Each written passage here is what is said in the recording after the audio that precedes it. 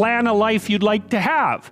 And you do that partly by referring to social norms. That's more or less rescuing your father from the belly of the whale. But the other way you do that is by having a little conversation with yourself about, as if you don't really know who you are, because you know what you're like. You won't do what you're told. You won't do what you tell yourself to do. You must have noticed that. It's like you're a bad employee and a worse boss, and both of those work, you know, for you. My point is that you have to understand that you're not your own servant, so to speak. You're someone that you have to negotiate with, and you're someone that you want to present the opportunity of having a good life to. Psychologists have been, not all psychologists obviously, but the psychological profession is neck deep in this pathology, has been beating the self-esteem drum for 50 years. Oh no, you're okay, you should feel good about yourself. Like, you're fine the way you are. It's like you think, well, that's a calming message for people. It's like, no, it's not. It's not at all. And I watch my audiences, it's like, it's full of people in the audience who think, I'm suffering a lot more than I think is tenable. A whole bunch of it's my fault. My life is not in the order it should be. I know I'm doing 50 things wrong. It's like, what the hell's wrong with me? What's wrong with the people around me? This is really serious.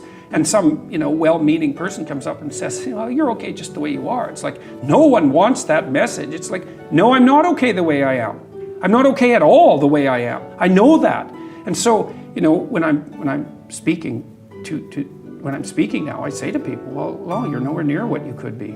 That's the positive message. It's like, yeah, you're a mess, but you don't have to stay that way. If you're a mess, you know it, obviously. You're suffering away like so much you can barely tolerate it. It's like, that's okay.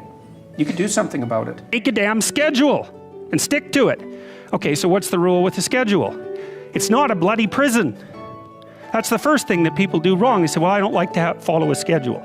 It's like, well, what kind of schedule are you setting up? Well, I have to do this, then I have to do this, then I have to do this, and then I just go play video games, because who wants to do all these things that I have to do? It's like, wrong.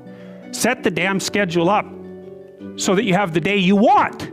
That's the trick. It's like, okay, I've got tomorrow. If I was going to set it up so it was the best possible day I could have, practically speaking, what would it look like?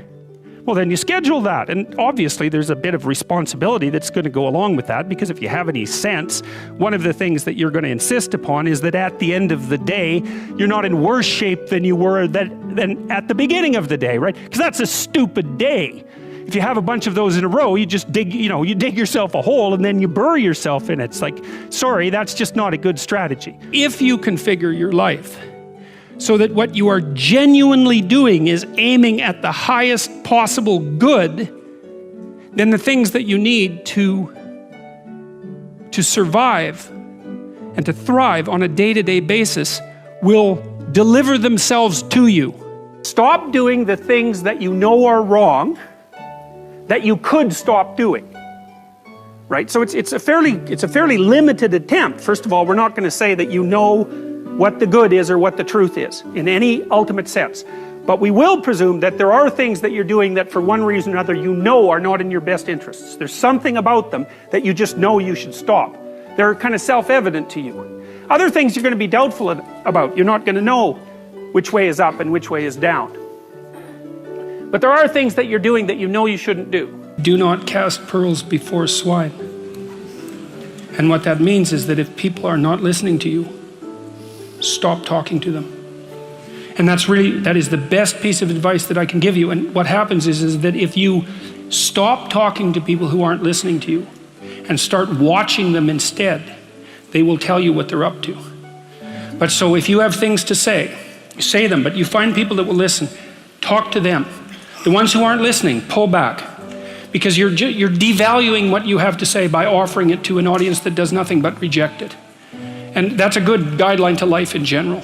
So pull back. If you're hungry and you eat, well, that's good, but it's over and then you're on to the next thing, right? It's not exactly sustaining, it's just necessary. That's called consummatory reward, by the way. This other reward system is incentive reward. And the incentive reward system works on dopamine, this neurochemical dopamine, which is also the neurochemical tracks that opiates and cocaine and amphetamines, the drugs that people really like to abuse, alcohol often for some people, activate. And so you might say if you don't have enough meaning in your life, then you're more prone to addiction. And that's definitely the case, even with rats. If you take a rat, you put him in a cage by himself and he has nothing to do, and then you give him access to cocaine, he'll get addicted to the point where he won't do anything but take cocaine. Like last night, I was after my talk, it's overwhelming.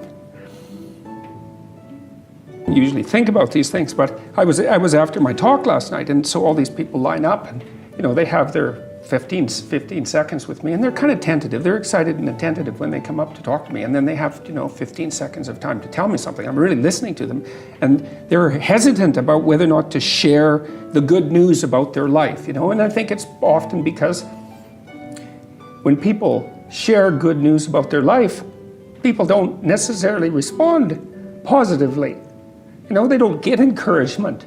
And people need so little encouragement. It's just unbelievable. The power of that, you can't overstate the power of that for individuals to get their life together. The individual is an unbelievably powerful force. And every single person who gets their act together a little bit has the capacity to spread that around them. It's a chain reaction. And so it's a lovely thing to see.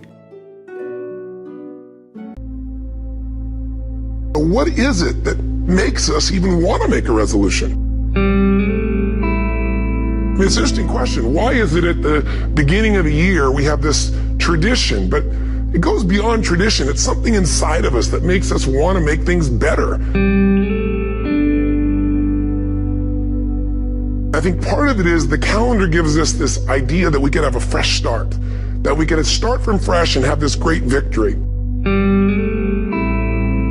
The only thing that's going to make you happy in the year ahead and the decades ahead is going to be having you have an experience where on a regular basis, you feel like your life is making progress. So the secret to real happiness is progress. Progress equals happiness. And if we can make progress on a regular basis, we feel alive. And that's why at the beginning of the year, we get this thing like, okay, I can have this fresh start. I could really do what my soul desires. I could expand. I could grow. I could improve. I could change. Or maybe better than change, I could progress. You could take my suit, I got another one. You could take my car, I could get another one. You could take my house, I could get another house. But when you take my time, you have taken something from me that is totally irreplaceable. We take all kind of classes for money management. We know how to manage our money. We know how to repair our houses. We're working on our hair and our bodies and all of this kind of stuff. We do everything except the most important thing is to value our time. We have traded effectiveness for busyness. We are just as busy as we can be, and we think because we're busy, we're effective. But I want you to challenge your schedule for a minute and ask yourself, are you really being effective, or is your life cluttered with all kinds of stuff that demands you and drains you and taxes you and stops you from being your highest and best self? And are you substituting busyness and all the chaos that goes along with busyness from being effective? Where do I start? And when's the best time to start? And I have a very simple answer for that. Here and now. That's it. You want to improve? You want to get better? You want to get on a workout program or a clean diet? You want to start a business? You want to write a book or make a movie or build a house or a computer or put together some mobile application? Where do you start? You start right here. And when do you start? You start right now. 80% of the things we do are busy things that we do in an area that is not effective. That the average person only spends 20% of their time doing the thing that they are really gifted at, created at, passionate about, excited to do. And the rest of it is all the dismal, dumb stuff that we all have to do in order to survive. So if you want to make real progress, then you really got to look at your life in a different way. You got to say, I got to take control of this process and not just hope it's going to work out like people do who make a resolution. Because really, isn't that what they're really doing at the beginning of the year? They're saying, well, here's my resolutions for the year, and they really basically tell you their wishes. It's their wish list. It's what they hope it all comes together. And then they call it a resolution, but they don't know what a resolution is. When you resolve something, to have a resolution is to resolve it. When you resolve, this is how it's going to be. That's when you cut off any possibility except the thing you've committed to. Take full responsibility for your life. Accept where you are and the responsibility that you're going to take yourself where you want to go. Someone said we have two primary choices in life. We can either accept conditions as they exist, or we can take the responsibility to change them. See, a lot of people want to exempt themselves from taking responsibility. All they want to do is talk about the problem.